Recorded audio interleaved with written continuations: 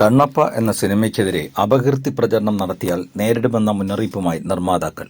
മുകേഷ് കുമാർ സിംഗിന്റെ സംവിധാനത്തിൽ വിഷ്ണു മഞ്ജു പ്രധാന കഥാപാത്രത്തെ അവതരിപ്പിക്കുന്ന കണ്ണപ്പ വെള്ളിയാഴ്ചയാണ് പ്രദർശനത്തിന് എത്തുന്നത്.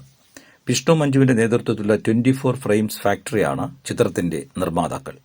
പൊതുസമൂഹവുമായി സംവദിക്കാൻ വളരെ ഉത്തരവാദിത്വത്തോടെയാണ് ചിത്രം നിർമ്മിച്ചിരിക്കുന്നത്. അതിനാൽ എല്ലാ നിരൂപകരും ചിത്രം കണ്ട ശേഷം ഉള്ളടക്കത്തെ വിലയിരുത്താനും ഉദ്ദേശം മനസ്സിലാക്കാനും മുൻവിധികളോടെയുള്ള പക്ഷപാതങ്ങൾക്കോ പ്രതികാര മനോഭാവത്തോടെയുള്ള അഭിപ്രായ പ്രകടനങ്ങൾക്കോ അടിമപ്പെടാതെ ഉത്തരവാദിത്വത്തോടെ അഭിപ്രായം പറയാനും ഞങ്ങൾ വിനയപൂർവ്വം അഭ്യർത്ഥിക്കുന്നു.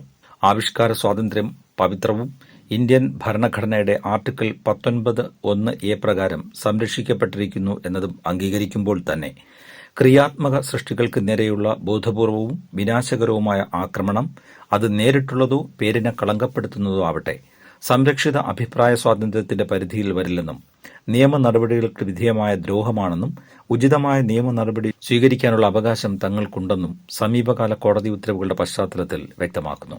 വാർത്താക്കുറിപ്പിൽ നിർമ്മാതാക്കൾ പറഞ്ഞു. ചിത്രത്തിലെ 2 പ്രധാന അഭിനേതാക്കളായ ഡോക്ടർ മോഹൻ ബാബുവിന്റെയും വിഷ്ണു മഞ്ജുവിന്റെയും വ്യക്തിത്വത്തിനും പ്രചാരണാവകാശങ്ങൾക്കും ഡൽഹി ഹൈക്കോടതി സംരക്ഷണം നൽകിയിട്ടുണ്ട്. അവരുടെ വ്യക്തിത്വവും പ്രതിച്ഛായയും ഏതെങ്കിലും തരത്തിൽ ദുർബലപ്പെടുത്തുകയോ കളങ്കപ്പെടുത്തുകയോ ചെയ്യുന്നതും വാണിജ്യപരമോ വ്യക്തിപരമോ മറ്റേതെങ്കിലും നേട്ടങ്ങൾക്കോ അപകീർത്തിപ്പെടുത്തുന്ന ഉള്ളടക്കത്തിന്റെ ഉപയോഗവും പ്രചാരണവും കോടതിയുടെ നിർദ്ദേശപ്രകാരവും നിലവിലെ നിയമങ്ങൾക്കനുസരിച്ചും പ്രത്യാഘാതങ്ങൾക്ക് കാരണമാവാം.